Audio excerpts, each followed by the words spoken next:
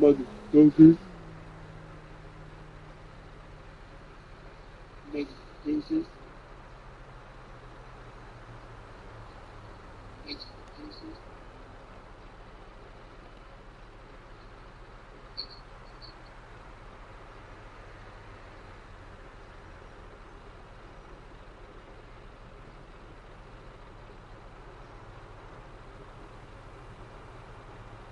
Wednesday, we have a lot to talk about tonight, lots to get into. Big show.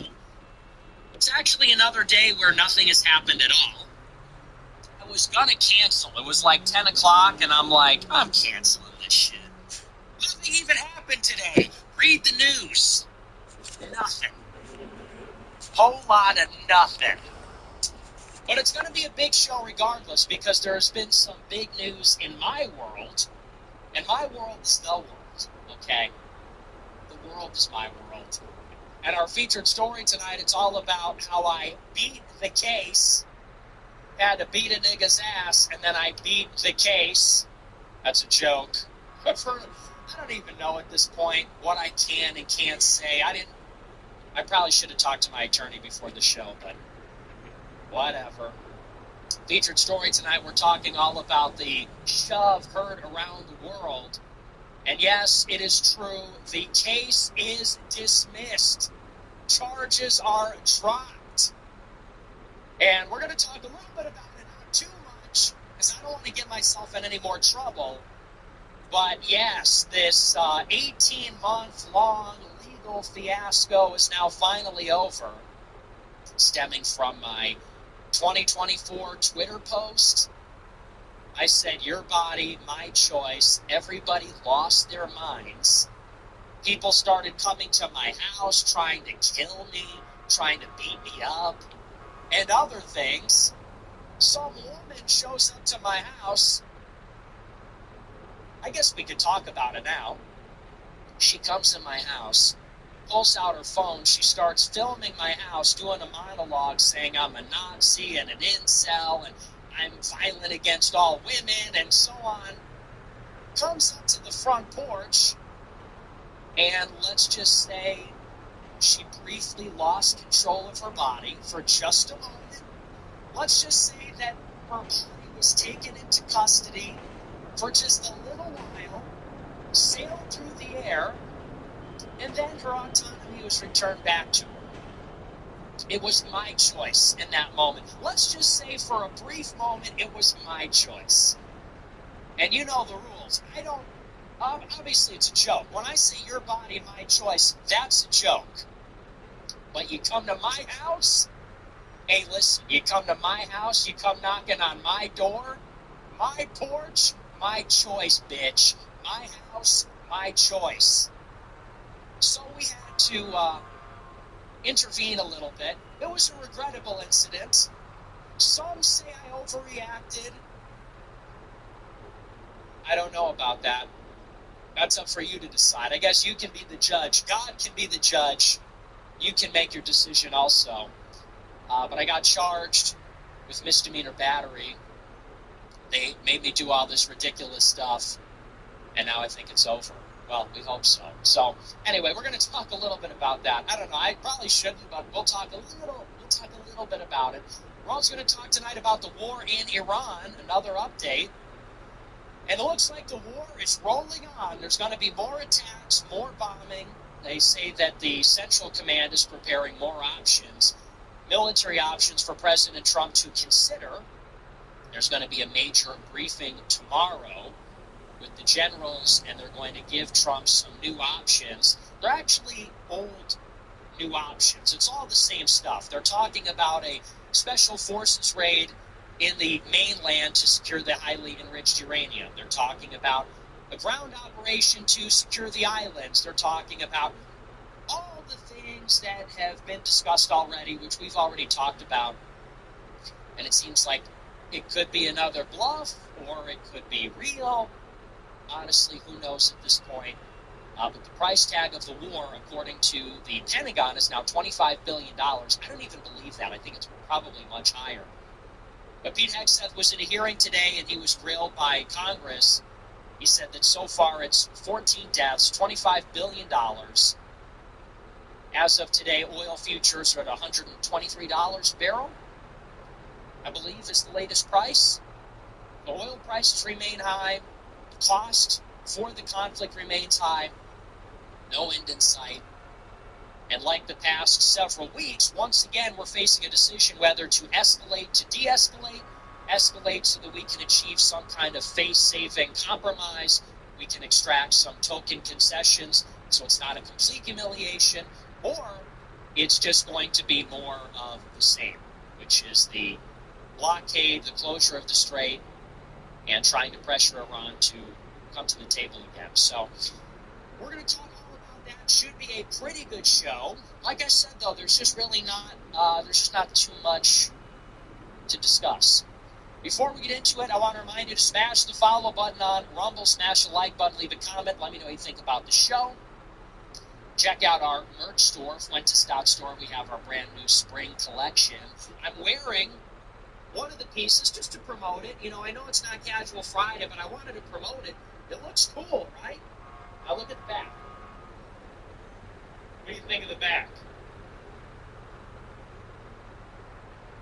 So this is the zip-up hoodie. I love it. It's high-quality fabric, high-quality material. It's thick. And I like the fit. What do you think? I'm going to model it. So you get a taste. Just so you get a little taste. Give you a little sample here. We also have the white. I really love how this turned out. The white America First hat. And it's like all the other ones, but, you know, it's in white. We have the distressed America First vintage hat. This is a favorite, I think. So you can get the white and the black. What do you think of this? That's kind of cool, right? We got this that I'm wearing. We got the shorts that match. I'm not wearing the shorts, but, you know, I think they go, you know, they could go with this. So you got the shorts, AF, the shield. We got the white quarter zip. We got this. How can you call it a movement? We have no motion. We got, oh, this one's pretty cool. This t-shirt. I really like this one. It's like me driving at night.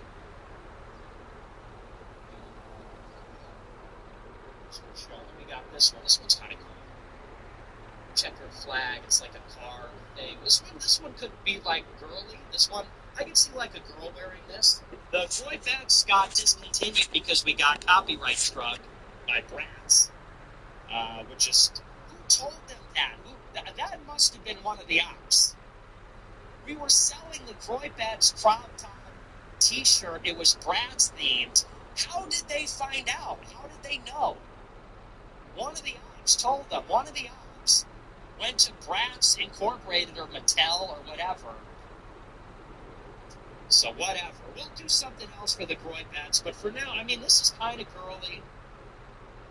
I could see a girl wearing this, or, you know, or if you like cars, or, you know, well, it's for boys, too. I mean, anyone can wear it, but, I don't know, it kind of has, like, a beachy, this one's, like, could kind of go either way, I guess. Anyway, that's the merch. Fuentes.store. If you want to support the show, subscribe at AmericaFirst.plus. $15 a month, you get access to the entire archive. $100 a month, you get access to the group chat. I was going off in the group chat today. I think I did about 30, 40 minutes of bonus content in the group chat, which is, I don't know if that was today or yesterday, but that's a lot of content. I did Alex Jones for 2 hours. I did some content in the group chat. Now I'm doing the show. So I'm more, even though I'm late, even though I'm like 3 hours late, it's a lot of content. So check that out. Like I said, $100 a month club, AmericaFirst.plus. Okay. With that out of the way, we're going to dive in. Like I said, if you missed it earlier today, I believe I made my final appearance on InfoWars with Alex Jones this afternoon. I don't know what's going on over there. Okay, so don't ask me. But Alex says that by, I believe it's Friday, InfoWars is shutting down. And he says that a private investigator from Houston is coming down to Austin, Texas, and they're going to shut down the whole studio, even though they don't have a court order, and they have to sell it to The Onion, the satirical website. So it seems that InfoWars is over, and now they're transitioning over to the Alex Jones Network. I assume that he's going to carry on doing the show, but just in a different form. So I think today was my actual last ever appearance, my final appearance on InfoWars. Definitely not my last collaboration with Alex, but last collaboration under the InfoWars banner, which is kind of sad. It's a pretty good show. They had some technical difficulties. I can tell he wasn't happy about that. I've been around when the technical stuff fails and he goes beast mode. I've seen it. And I get it. I've done the same thing. I've been there, done that. Got the t-shirts. And we got the t-shirts from the store. I've been there and I know how it is. But so the first hour was a little rough, but we got it back together, and then we had a really good second hour. We talked all about Iran. We talked about the SPLC. We talked about 28. It's a pretty good show. Me and Alex now, we're just like, dude, that's just my nigga now. That's just my guy. I go on his show, and it's just like a reunion. So we love the GOAT, Alex Jones. Great to speak with him as always. We're joking around a little bit, having a good time, talking about 28. He's always so kind to me. And so if you missed that, we're going to upload that on my channel, and it's also on his channel. It's on X as well. So if you missed that, take a look. It was pretty good. Okay. With that out of the way, we're going to dive in. Like I said, it's a very slow day. I don't even really know what happened. I guess there was a Supreme Court ruling about gerrymandering. Save it for Ezra Klein. Save it for a Now This explainer video. Save it for Vox. Who cares? Does anybody else feel like that? I see the Supreme Court ruling, so it says that we can't gerrymander and you don't need to have like a racial, like whatever in the district. I'm like, save it for U.S. government, save it for Vox. I don't care about that. That doesn't matter to me at all. Boring. Who wants to hear about that? Who wants to talk about that? That is boring. So I wasn't going to do that tonight, and honestly, I'm just sick of politics in general. I said this on Twitter today. Holy. My one tweet today, I go on Twitter, and I said, I'm just getting sick of politics. Like, I'm just tapped out a little bit. And, don't read too much into that. I'm here. I'm doing the show. I will continue to do the show.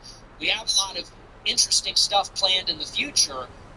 I'm just saying how I feel. Is that okay? I'm just expressing how I feel. And right now, I feel bored with politics.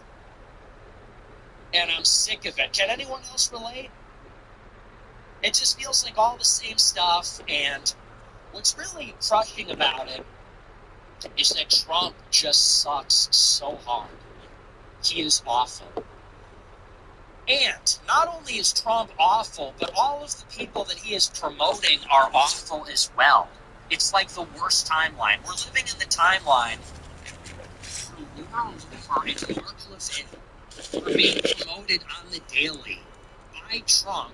While we're in a war with Iran, he lies about everything. Everything he says is a lie.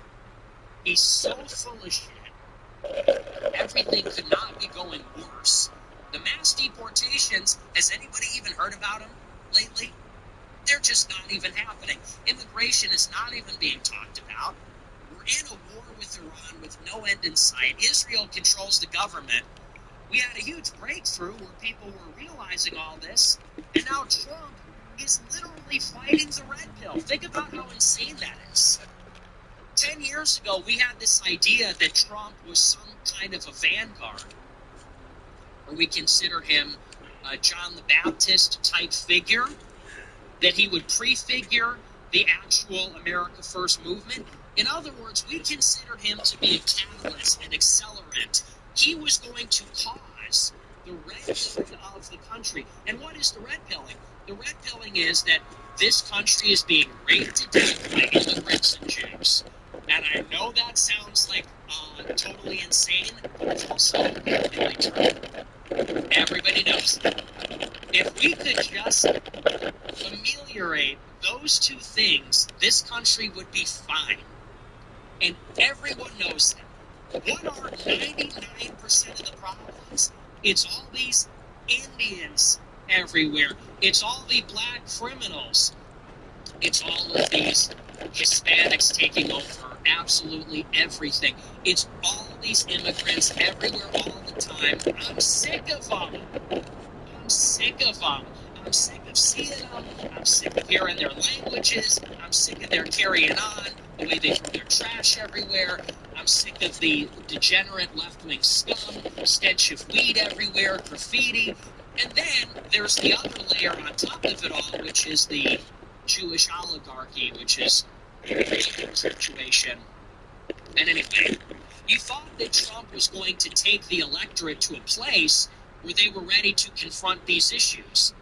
And the way that Trump was talking in 2016 indicated that maybe it would go there. He would talk about the foreign special interests, the international banks. He would talk about immigration, and not just illegal, but also legal immigration. He was talking about all this. Fast forward 10 years later, and let's reframe it a little bit. Now he is actively fighting to suppress the truth. The truth is getting out there. The truth is breaking free. People are waking up about all of this. And now, not only is Trump not accelerating it, catalyzing it, supplementing it, he's actively fighting to suppress it every day. So people like Tucker Carlson, Megyn Kelly, Piers Morgan, Candace Owens are all red-pilled. We're living in a world where Tucker Carlson is every day waging a war on Israel. You know how crazy that is? Megyn Kelly, Piers Morgan are in a bitter feud with Ben Shapiro, calling him an Israel First Jew. That's where we are. And these are the biggest podcasts in the world, in America. So the truth is getting out there. The truth is breaking free. And what is our vanguard? What is our vanguardist movement doing? What is Trump, empowered in the White House, commander-in-chief of the armed forces, what is he, and him being the rallying point of the entire institutional, organized right wing in the country, what is he doing in the middle of this moment? Working to suppress it, fighting it everywhere all the time. Attacking Tucker, attacking Alex Jones, Megyn Kelly, attacking Candace Owens every day. Promoting Mark Levin, Laura Loomer, another meeting with Netanyahu. It was on the books, it got canceled. We're in the war with Iran. He's selling it to his supporters. 10 years ago, he animated the anti-neocon movement. Now he is the neocon movement. 10 years ago, he animated that conversation about the war in Iraq, the special interest that brought us there. 9/11 was an inside job. Now, all these years later, he's bringing us into a third war in the Persian Gulf on behalf of Israel and promoting all of its propagandists. And you get to a point, you're just like, I'm sick of it. I'm sick of it, and I'm sick of going on the timeline every day and having to deal with these pro-Trump cocksuckers, because that's what they fucking are. I'm sick of having to go on the timeline every day, and it's all these fucking stupid boomers. Can they just die already?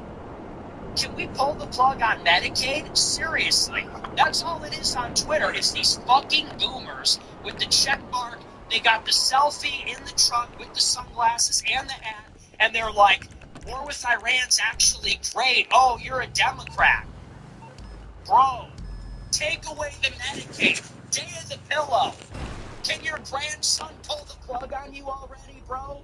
That's all it is on the timeline.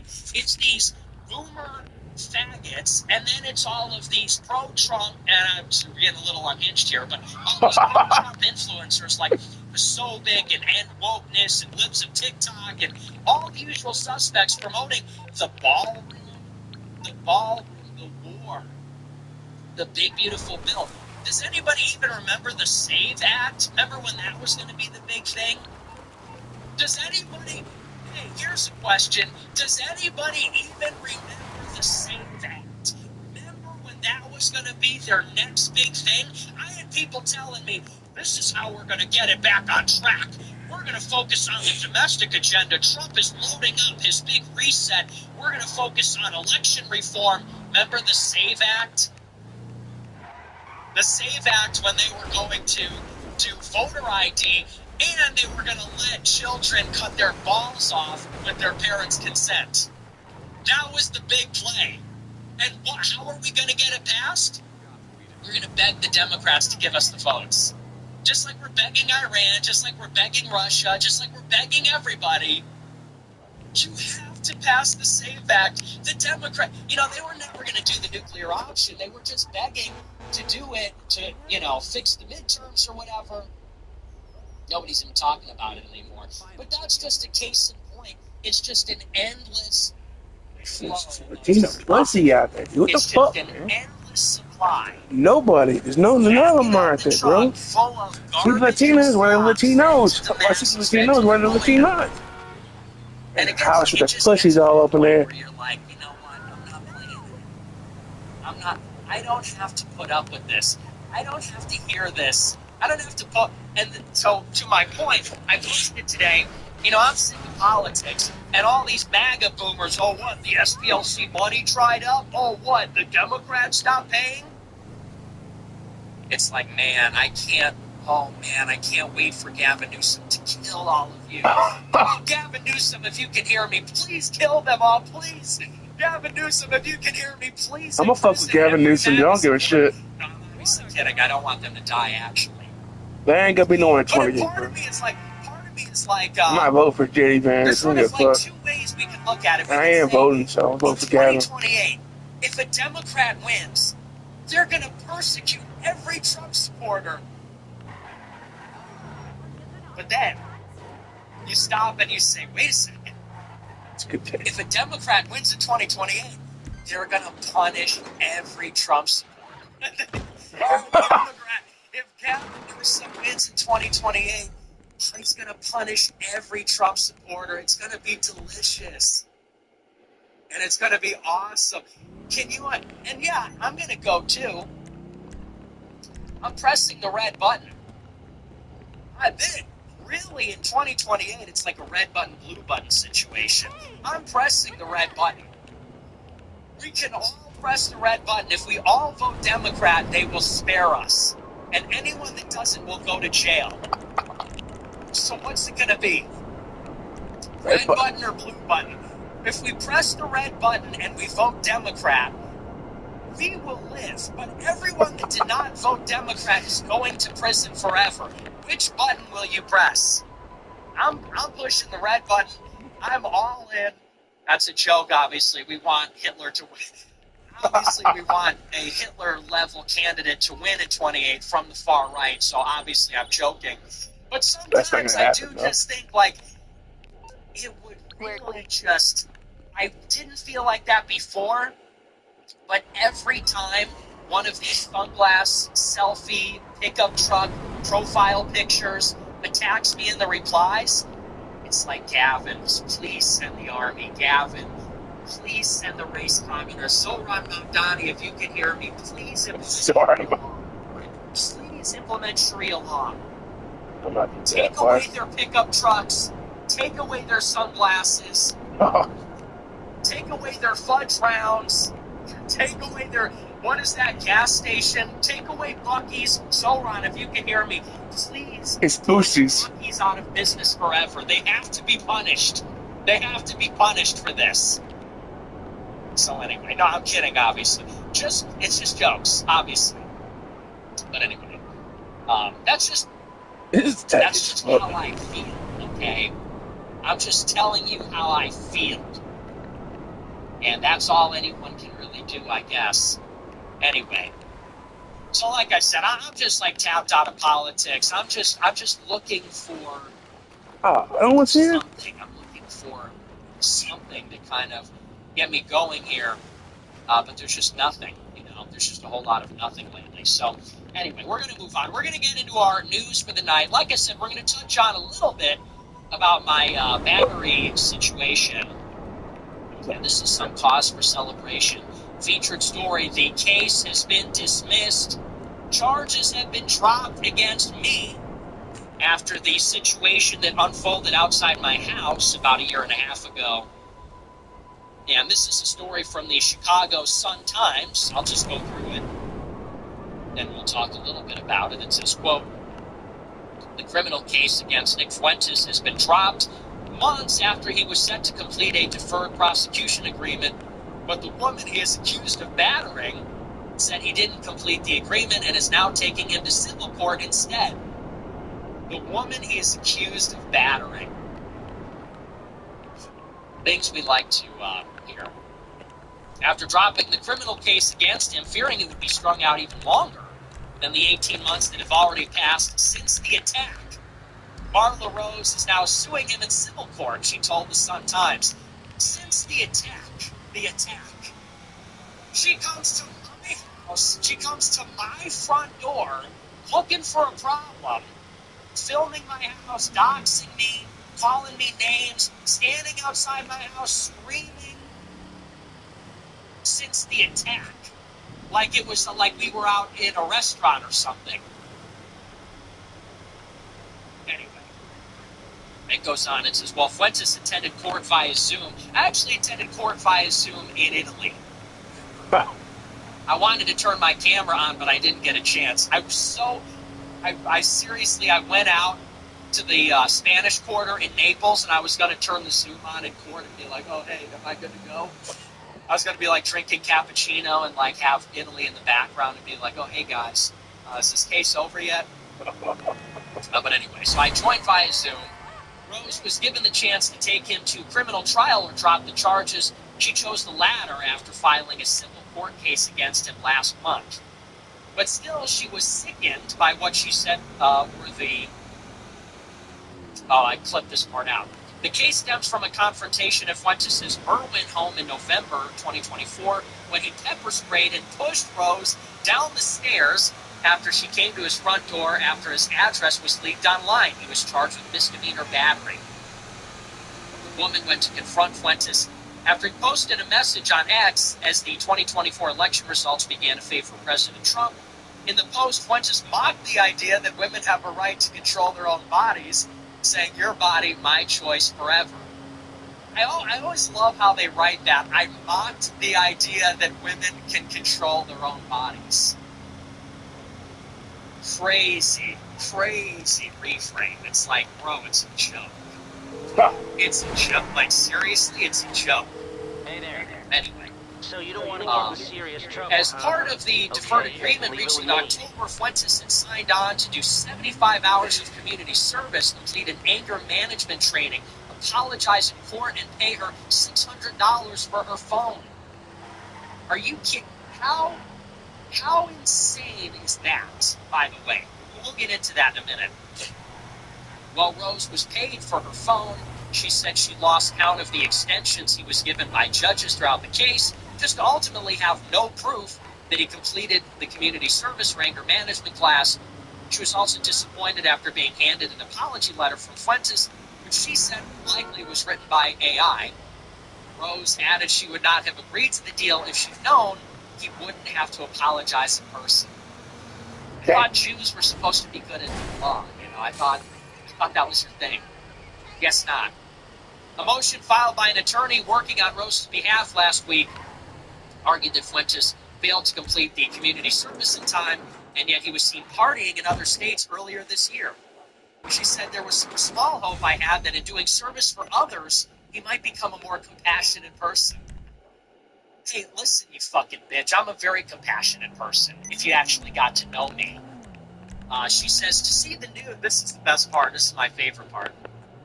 She says, to see the news of him flying off to Miami to dance with the Manosphere Bros to a song about annihilating Jewish people, it's hard to put into words, other than to say it reminds me of my disappointment with the Cook County criminal justice system. Yeah, tell it to the judge. She goes, I'm waiting for my resolution to this case, and he's out there dancing to a song with Andrew Tate and Clavicular about annihilating the Jewish people. This is outrageous. Yeah, tell it to the judge, sweetheart. That's a shame, isn't it? Yeah, that's who I am, and you are nothing. That's right, and I'm international. You're fucking local. Yeah, and you will see me partying in Miami. You will see me partying in LA. You will see me partying in New York. You will see me partying in Rome, in Naples. Because I'm a national, you're fucking local. You understand the difference? She goes, he's out there. I love how she says it. She says it's a song about annihilating Jewish people. Like, dude, the script writers went off with this one. W script writers for this. So anyway, so this is the story. We love to see it. Yeah, so the case was dismissed. The only thing I have to say about it is it genuinely, here's the outrage. You know what, actually, there's one other part here. She says, what I want ultimately is for his Groypers and hundreds of thousands of followers to know there are consequences to actions. I don't want them to think you cannot be held accountable. What level of delusion are we on? Let's just talk about what happened. So I go on Twitter and say, your body, my choice. People post my address and everybody starts saying, we're going to blow up your house, we're going to kill you, we're going to beat the fuck out of you at your house. And then people start showing up, threatening to do exactly that, including her. She was maybe the 200th person to show up to my house, and I'm not even exaggerating.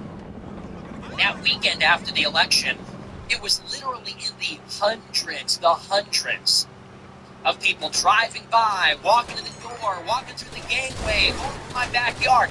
Hundreds of people. I didn't even talk about it back then because it was really hot at the time. But she was maybe the 200th person to show up. She pulls up, filming the house. She's standing outside the house like an idiot, filming, screaming, saying, this is where this incel lives, he's a Nazi, blah, blah, blah. And her intention is to post it on Facebook, basically to say, this is where he lives, get him. She comes up to the front door, and yes, I physically removed her from the porch.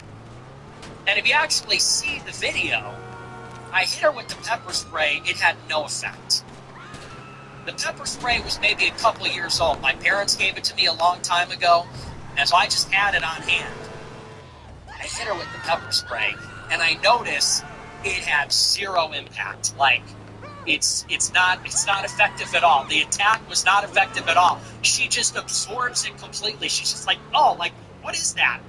So I panic, and I'm like, well, this is going to be really awkward. It's like if I just spray you in the face with this non-effective substance, well, now this is just really uncomfortable. So I kind of just had to take her and just get rid of her, you know. It's like, okay, bye. And I grabbed the phone, because she's using the phone in basically in furtherance of a crime. She's trying to film inside my house. She's trying to dox me. So I take the phone, call the cops. Cops come. And by the way, the police come, and this is my favorite thing of all time. They come up to me and they go, hey, man, we just want your side of the story. I said, I'm not saying anything. I said, I called my attorney before the cops even came. I said, what do I say? They said, don't tell them anything. I said, look, I'm in fear for my life. I don't feel safe, and I'm not saying anything else. They're like, we just want to get your side of the story and blah, blah, blah. Never trust police. Police are out to get you. The cops come. Weeks later, I get charged with battery. They offer me this agreement, and the agreement is, if you want to avoid a trial, you need 75 hours of community service, anger management, you have to apologize, and you got to pay for the broken phone. $635.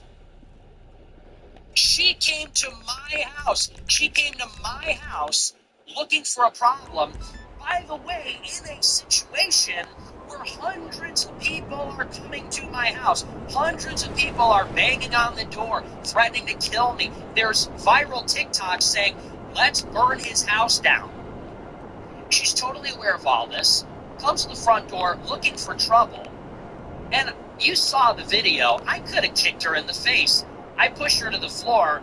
If I were some kind of psychomaniac, I could have punched her in the face. I could have kicked her stupid head. I could have shot her for all she knows with everything that was going on. And I came out and I said, look, you're lucky that's the worst thing that happened to you. I said, you came here looking for a problem. You're lucky the worst thing that happened is you fell on your ass. Especially in this day and age. And by the way, you don't even know. You don't know if somebody's unpredictable, if somebody's erratic. I said, you're lucky that I had such a soft touch. I solved the problem. I pushed you down. I took the phone. I called the cops. Okay, you bruised your ass a little bit. So what? But then the county is going to say, now you got to do community service, anger management. Hey, it's a little bit excessive, don't you think? I understand that if this was an altercation in a restaurant, in a movie theater, in the street, on the sidewalk, and if this happened at her house or somewhere else in public, okay, maybe. She's coming to my house. I get indicted for this. And so, like I said, this went on for like a year and a half. I'm in court every month, getting these continuances, trying to figure out how we're going to, what we're going to do here with this deal. Finally, they dropped the charges. And now she's looking for a payday. Now she's talking about she wants to bring me to civil court. And she's saying, people are going to put up money to... And by the way, she's a Jew. And it just so happens she's a Jew. She's a Jewish, left-wing, feminist, vegan, blah, blah. Now she's looking for a payday. She goes on Facebook after the attack. She says, I got 6 broken ribs. 6 broken ribs. Quite the miraculous recovery. Because if you watched in the video, she falls to the ground and then gets up on her knees. And she's like, did you get that? Did you get that on the video? Did you get that, she says? Then stands up unassisted.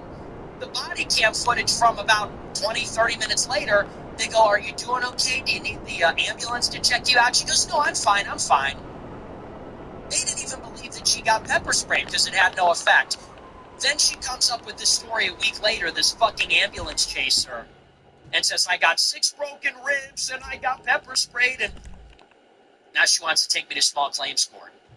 So this is Marla Rose. She's in the same neighborhood as me. Marla Rose thinks it's okay for people to show up to somebody's house. She thinks that's a way to hold somebody accountable. She says she wants all my followers to know that if you don't like what somebody is saying, you can show up to their front door looking for a problem. She said that in the article. She said, quote, what I want is for all of his groypers and his hundreds of thousands of followers to know there are consequences to actions. I don't want them to think you can't be held accountable. Well, you've heard her. She believes that if you say something on the internet that somebody doesn't like, that people are perfectly entitled to go to your house looking for a problem. Well, that's good to know. I don't agree with that, actually. I don't think people should do that.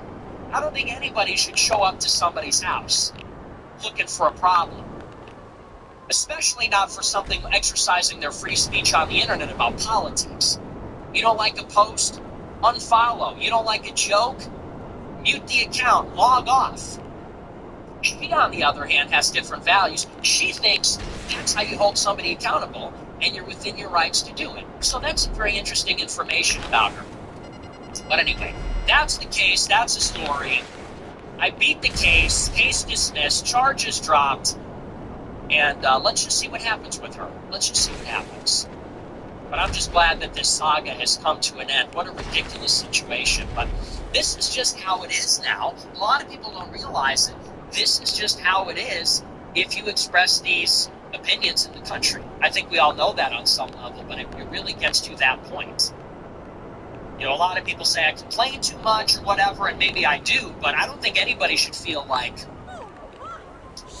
they're going to get murdered when they walk outside their house or something. Between Charlie Kirk, what happened to me, what's going on with Trump, the White House Correspondents' Dinner. This is why I take this stuff seriously. When we talk about, not to spin it back into regular politics, but when we talk about the Trump movement and what a failure it's become, it's very personal to me. It's personal to everybody that is involved in this. Because you realize that this is a war. It really is. It has every aspect of a war, which is to say that we're engaged in this pitched political battle. And there's no boundaries. There's no rules. happens? If the left doesn't like what you're saying, they post a picture of your house on the internet and tell people to kill you. And then some people try to. It's like a war sport. And I know, and everybody else that is in this, that has skin in the game, knows that if we don't win, they're going to kill us. If we don't take it seriously, and if we don't win, if we don't have a reimposition of law and order, if we don't have the police, if we don't have a border, if we don't have that kind of thing going on, if we don't have civil rights protections for our ability to speak freely, protect our ability to speak on the internet, make a living, use AI, use the social platforms, then it's over for us. So that's why we have to get serious. I'm not interested in this politics where we say, we're going to vote for Trump to buy us some more time. We're going to vote for Trump because it's the lesser of two evils. I'm interested in playing to win. If you're not playing to win, this is where it goes. It goes to a very bad place. So anyway, that is that situation. We'll see what happens there. I do want to move on. Let's see, what time is it? I guess it hasn't been an hour quite yet. So we'll talk a little bit about Iran, and then we'll get into the super chats. Our other big news story for tonight is about the war in Iran. And there hasn't been a major development. We talked about this a little bit last night, and I discussed it with Alex Jones on his show this afternoon. The latest in the war in Iran is that it looks like we might be going back to war. And I predicted this last night. I said that it's going to be a tough call. It really could go either way. It's either another bluff, and we're going to get more negotiations, this indefinite ceasefire, continue playing this game of chicken. I said, or we're going to get some pretty imminent military action. I said, and either way, on any timeline, there's going to be another confrontation with Iran, whether it's in this round of fighting or if it's in another round of fighting somewhere down the line. I said, we're going to revisit this situation militarily. And today, the big development out of the Pentagon is that U.S. Central Command, which is responsible for overseeing the Middle East, they are currently preparing new military options for President Trump to re-engage Iran militarily. And this is a story, this is from Axios. It says, quote, President Trump is slated to receive a briefing on new plans for potential military action in Iran on Thursday from CENTCOM Commander Admiral Brad Cooper, according to two sources. The briefing signals that Trump is seriously considering resuming major combat operations, either to break the logjam in negotiations or to deliver a final blow before ending the war. CENTCOM is prepared to plan for a short and powerful wave of strikes on Iran, likely including infrastructure targets, in the hopes of breaking the negotiating deadlock. The hope would be that Iran would then return to the negotiating table, showing more flexibility on the nuclear issue. Another plan expected to be shared with Trump is focused on taking over part of the Strait of Hormuz to reopen it to commercial shipping. Such an operation could include ground forces. Another option discussed in the past and might come up in the briefing is a special forces operation to secure Iran's stockpile of highly enriched uranium. Two sources told Axios that Trump currently sees the blockade as his primary source of leverage, but that he would consider military action if Iran still won't cave. Cooper gave Trump a similar briefing on February 26th, 2 days before the U.S. and Israel launched the war against Iran. One source close to Trump said that briefing contributed to Trump's decision to go. So, it's more of the same, honestly. As we have talked about repeatedly, we are in a phase of the war where there are simply no good options. We're stuck. Why are we stuck? Well, we have hit Iran with everything we have. We have dropped every kind of ordnance on them, from the air, from the sea. That's all we're really willing to do at this point, is hit them with air power, hit them with sea power. We're not willing yet to send in a ground force. So we're doing as much as we can do in this limited war that we are fighting, and Iran is intact. The regime has survived, and more importantly, they have retained the capability to launch drones and missiles. And this allows them to close the strait. It also allows them to target the Gulf countries and U.S. military bases inside them, which is a powerful deterrent capability. So what does this mean? It means that although the United States is a vastly more powerful armed forces, more sophisticated, bigger, smarter, more precise, even though we could control their airspace, we could drop 15,000 more bombs. We could do all these things. We are not able to suppress their ability to fire on us. We are not able to topple the regime. And what that means is that as long as they have continuity of government and as long as they have these capabilities, then they can inflict pain on us and our allies. So we can do tons of things to them. It will not affect them at all. They can still do things to us that will hurt us. They can use their drones and missiles to close the Strait of Hormuz, which strangles 20% of the world's energy supply, which is causing acute energy shortages, first of jet fuel, then of diesel, then of regular gas and other oil products. And you're starting to see that ripple across Asia and Europe. So they're able to inflict a ton of economic pain on the global economy. And then moreover, using drones and missiles, they are able to target infrastructure in the Persian Gulf. The Gulf Cooperation Council countries like Saudi Arabia, the UAE, Qatar, Kuwait, Bahrain, as well as Israel, and all the U.S. bases that are stationed there, all the U.S. forces, infrastructure that are in these countries. And so this is effectively just a stalemate then. Although we have the upper hand in a certain sense, in a very specific and narrow sense, because we have a more sophisticated military, be that as it may, we are not able to achieve our objectives. We're not able to compel Iran to change their behavior. We're not able to suppress their military capabilities. And so as long as that is the case, they have all the leverage. They have all of the leverage. And this is really, herein lies the problem. How then does the United States bring an end to the conflict when there's really no way to get what we want? We can't make them do what we want. We can't defeat them, short of dropping a nuclear bomb on them or invading. So how do we win if there's no options to escalate?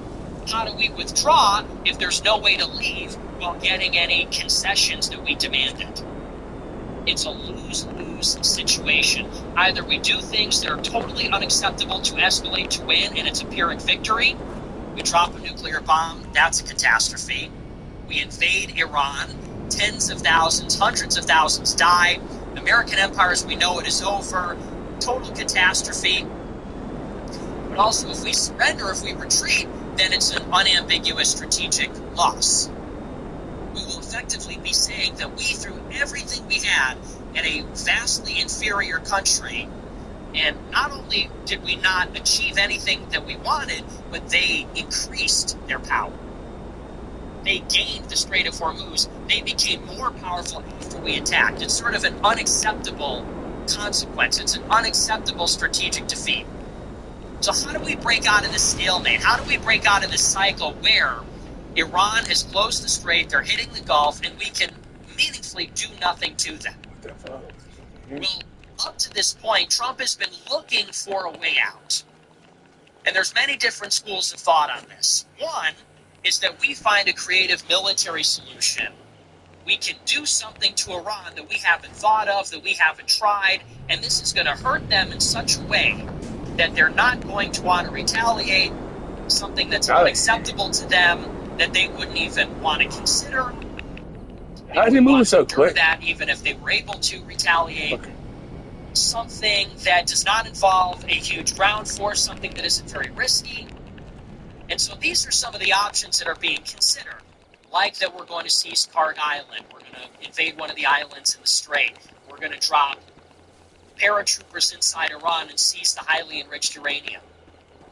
And so this is one school of thought, is we're going to get creative, we're going to think of something we haven't thought of yet, something that doesn't cross the threshold of a major escalation, something that isn't too costly, too risky, isn't a major escalation in terms of our footprint in the Middle East, but something that's going to hurt them, but hurt them in a way that isn't irreversible, hurt them in a way where they can't respond in kind, So we could say that the United States is calibrating a form of an escalation that is going to hit that sweet spot, and it doesn't need to utterly defeat Iran. It's not going to change the nature of their capabilities, but it's going to inflict enough pain that they are going to let us escape. They're going to let us extract perhaps a symbolic concession, and they're going to let us off the hook, basically. Excuse me, I keep burping. And then we can leave. So that's one school of thought.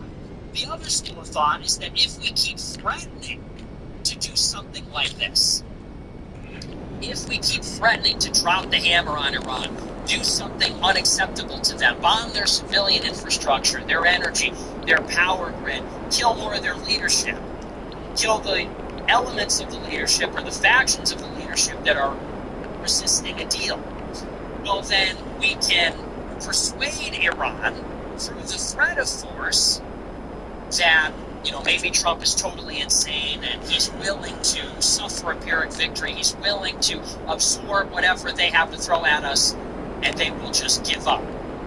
That's another school of thought.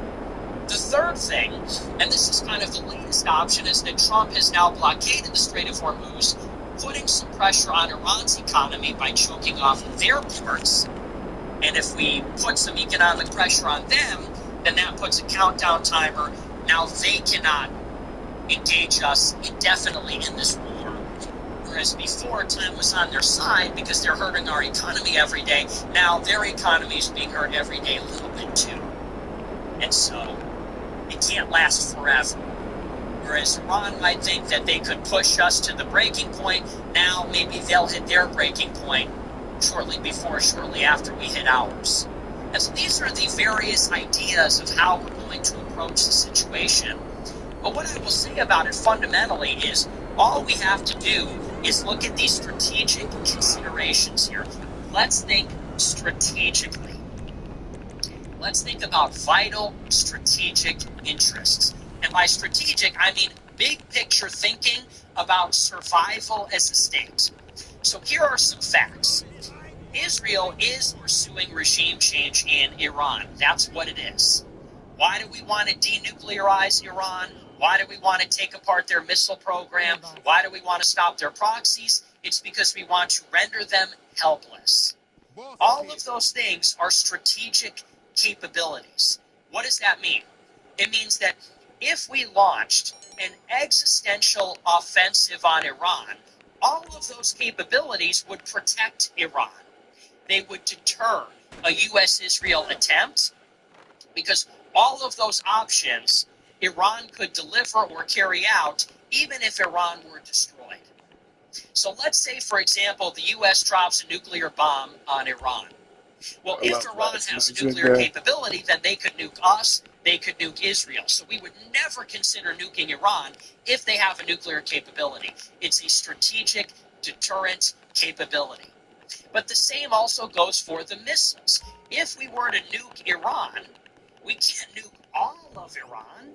And so there are going to be places inside the country where they have thousands of ballistic missiles. And if we nuked Iran, they're going to use those conventional capabilities to rain down on Israel, on their nuclear facilities. They're going to rain down on the Gulf countries, maybe even on Europe for that matter. Some of those missiles have the range even to hit Europe. And so they don't even need a nuke. Those conventional capabilities would be just as devastating. It's another deterrent. And the other capability is the proxies.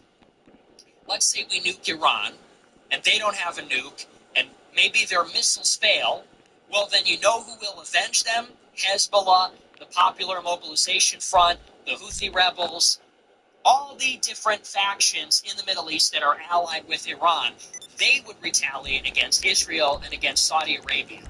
Or they would commit terror attacks in other countries too. So these are the three deterrent capabilities Iran has. Consequently, these are the three things that Israel does not want them to have. The United States does not want them to have these things, because these things protect Iran from regime change. If we dismantle the proxies, if we get them to give up the missiles, if we get them to give up nuclear enrichment, then we can confidently collapse their government and not have to worry about a second strike. we can confidently collapse their government and not worry about That's a Rococo. destruction. So that's what this is about, and that's what this has always been about. So for Iran, this is existential. Now, we are basically fulfilling Iran's worst nightmare. They are concerned that one day Israel and the U.S. are going to come and try to destroy their I don't think it's a Rococo. invade their country, and install a puppet regime. That's why they're building these capabilities. And we have tried to do this twice in the last year. No. Last year we bombed their nuclear complex at Fordo, Natanz, and Esfahan. And this year we came in and we bombed everything. We bombed their navy, regime, Stupid diamond. bombed the nuclear complex again, assassinated their leaders. And Iran is still in the fight. Now, let's consider what is going to happen on a longer timeline. Fuck Let's off, say the nigga. United States Oh, leaves the God. conflict and says, oh, well, I'm gonna stab we ya. did more damage against Iran. We increased the amount of damage that we did from last year, the past 60 days, and now we're done, and, we're sort of licking our wounds and we're over it. Well, Iran knows that it's only a matter of time before we come back. Iran knows that if we tried it before, we will try it again.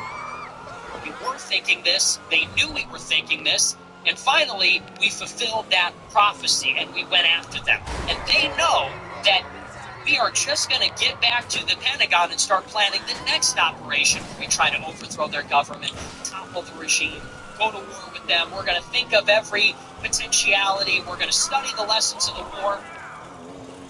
So they know that we're going to try to take another swing at it. We're going to try to take another crack at it in months, a year.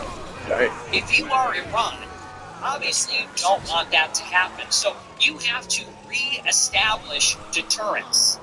Right now, Israel and the United States think that Iran is weak. We hit them last year, and we got off scot-free. And that's why we were probably emboldened to hit them again this year. Because we're thinking, look, we took the nukes offline, now we're going to go in, take the missiles offline. The next time we go in, we're going to cut the head off the regime. And we're thinking it's smooth sailing, we're so smart, we're so sophisticated, Iran doesn't stand a chance, they're inflicting no casualties, it costs us nothing to take over their airspace for a couple of months and mow the grass, kill the leadership, destroy the missile launch platforms, etc. So what Iran needs to do in this conflict, if they know that Israel and the U.S. are seeking regime change, then they know that it's only a matter of time before we come back. And we're going to look at them as a weak, handicapped foe that we don't really have to worry about. So their principal objective in this conflict is, one, survive, obviously, and then two, they have to deter any future attack. They need to make sure that the U.S. and Israel and the Gulf countries will never try this again.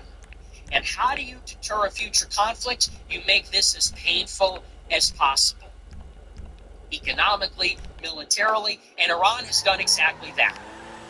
They have dropped missiles, and they've even used their Air Force to destroy something like 9 U.S. military bases that are absolutely obliterated, caused tens of billions of dollars in economic damage to the bases. They've attacked Saudi and Qatari energy resources, Saudi Aramco and Qatar's LNG. They've attacked the United Arab Emirates. They've threatened to attack desalination plants. They've hit Israel and their nuclear facility at Dimona. Their proxies are engaged in Lebanon, in Iraq, in Yemen, in all these other countries. And maybe most importantly, Iran has taken control over the Strait of Hormuz. It's something that we cannot prevent. We can't take it back from them. And Iran will control 20% of the world's energy. It's catastrophic for Asia, for Europe, and then ultimately for the United States. So Iran is doing a pretty good job. They've survived.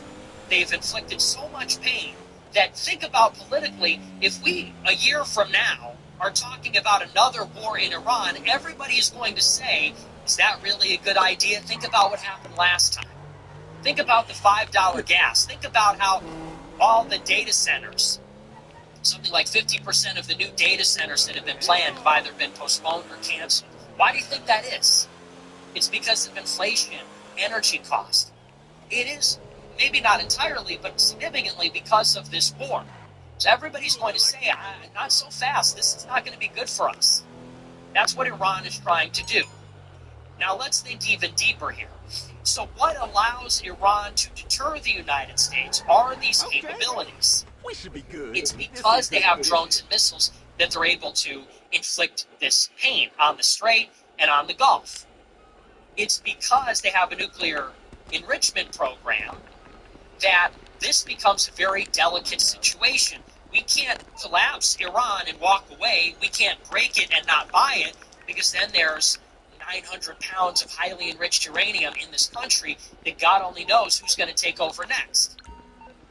And maybe most importantly, they can't relinquish control over the Strait, because that is their primary leverage. That is how they have us by the balls.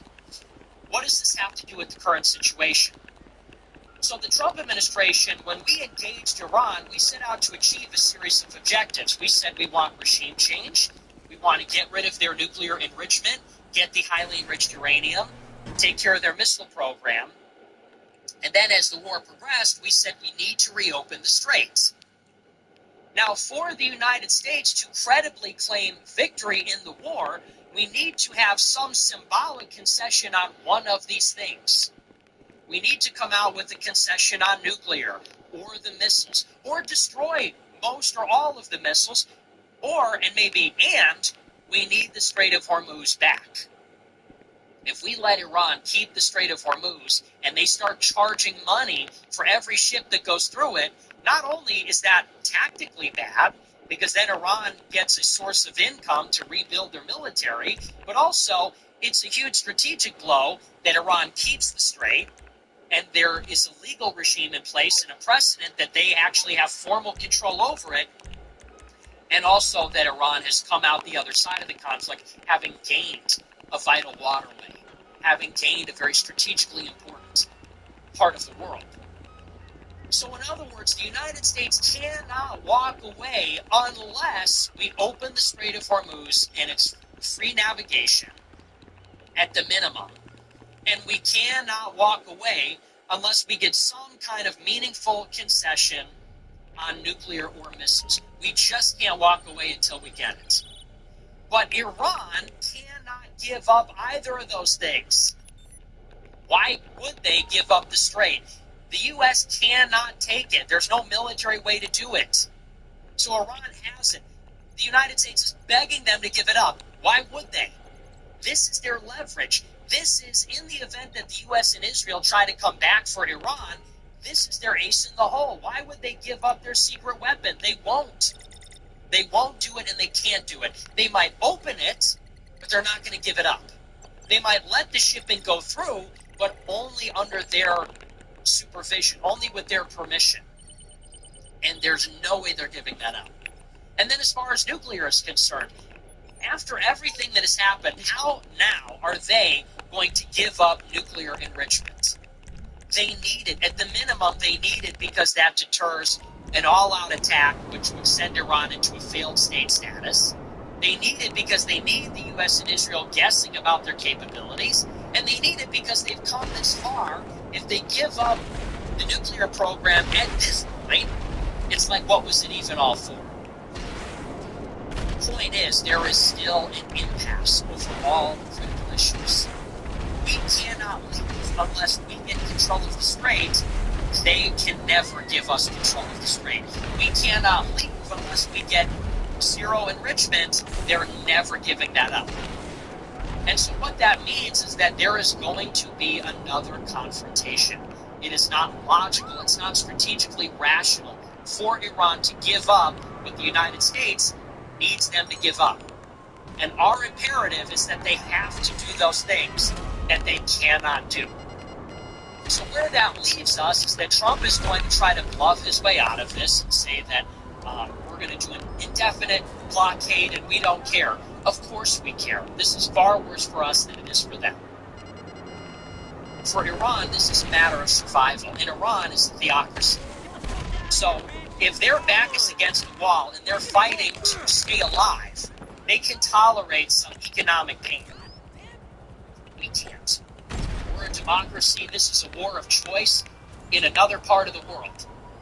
In Iran, they might be willing to suffer the economic damage, one, because the Iranian Revolutionary Guard will kill them otherwise, two, there's some sense of that we're all in this together. Like, we just got bombed 15,000 times. Yeah, the economy's going to be bad. We're at war. It is what it is. War has been visited upon our country. In the United States, we're like, hey, man, is this thing over yet? Why is gas $5? Why do we got to pay another $200, $300 surcharge for fuel to travel to Japan for my study abroad program? To my study abroad in Japan program, group chat person. You know, why would an American say, oh, well, hey, you know, whatever it takes, as long as there's democracy in Iran, I don't care if gas is $5 a gallon, I don't care if, like, the economy crashes and there's a recession and our savings are obliterated in the housing market. Like, nobody in America is thinking that, and more to the point, the midterms are coming up. The Iranian Revolutionary Guard does not have to worry about the midterms or the elections. Trump does. So Trump can sit there and say, we're going to blockade Iran indefinitely, and we're just going to wait for them to make a deal. But he can't do that. And he can say, we're considering military options. We're going to bomb the power plants, the bridges. But he knows full well that if we do that to Iran, it's done. And then Iran can do the same thing to Saudi Arabia, which is unacceptable. And Iran will still be defiant after we do that, obviously. So there are no good options here still. All that is really left to do is to try to find a way to spin it. The only way out of this is to give up the ambition of regime change meaningfully. That's the only way out. The strategic imperatives are such that as long as we are driven to regime change in Iran, we can't walk away. We're always going to have to worry about their missile arsenal, always have to worry about the nuclear enrichment, always going to have to worry about the Strait, because we want to topple them. And there's permanent enmity between our two countries. So as long as we are pursuing regime change, it's inevitable that there's going to be another confrontation, whether it's this weekend, or it's in a few weeks, or it's next year.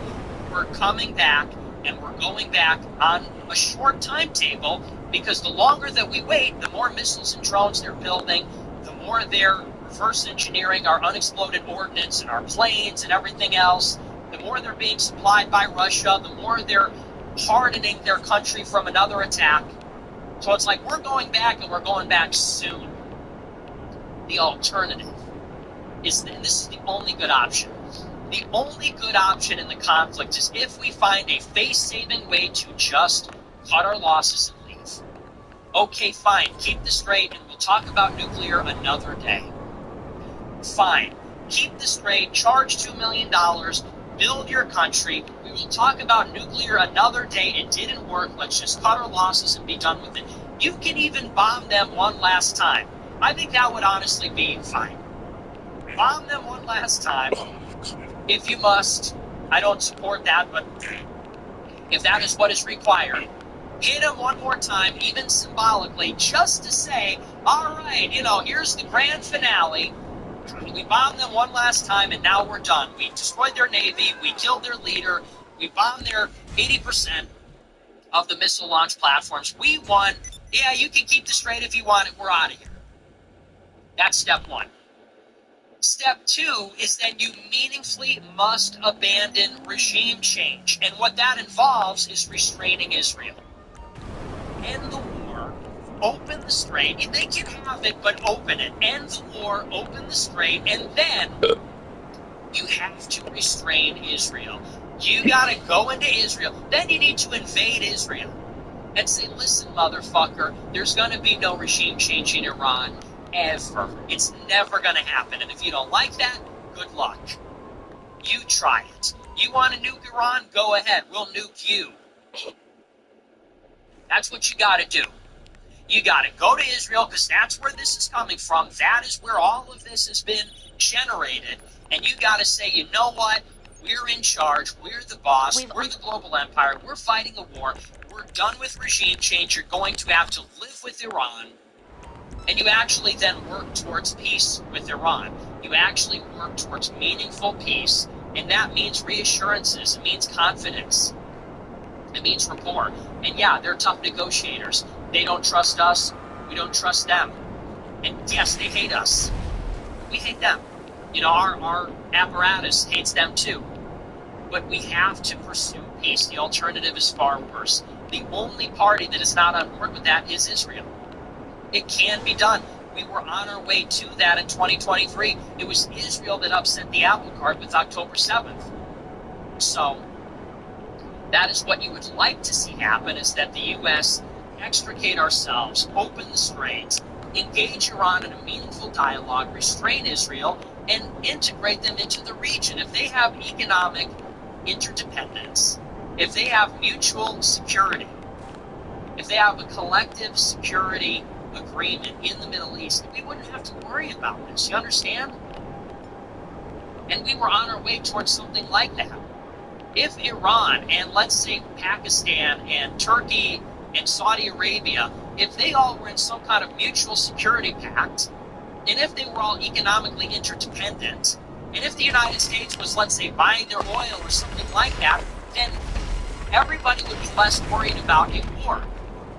Iran would be less worried about regime change. And so they would have confidence that they don't need all these capabilities because they're so integrated in the region that they know war is so unlikely. But that is only possible if Israel is brought to heel. That's ultimately what it is. And I fear that not only are we not going to get that, but Israel is going to create a provocation to keep the war going. And it might not be, like I said, this weekend, but it will be in the future. This is Israel's moment. This is their window of opportunity, and they're not done yet. And I fear that they're going to provoke Iran. They're going to try to bait a confrontation. They might create some kind of false flag scenario, and they're going to try to keep Washington at war with Iran forever until they get what they want. Because that's how they play. It really comes down to this. So that's the situation. We'll see what happens tomorrow and this weekend when the markets close again, but that's where we are. We're going to move on. We're going to take a look at our super chats. We'll see what you guys have to say about all this. I'm going to get set up here. And we'll take a look. All right, let's see. It's going to be a late night tonight, huh? A long show.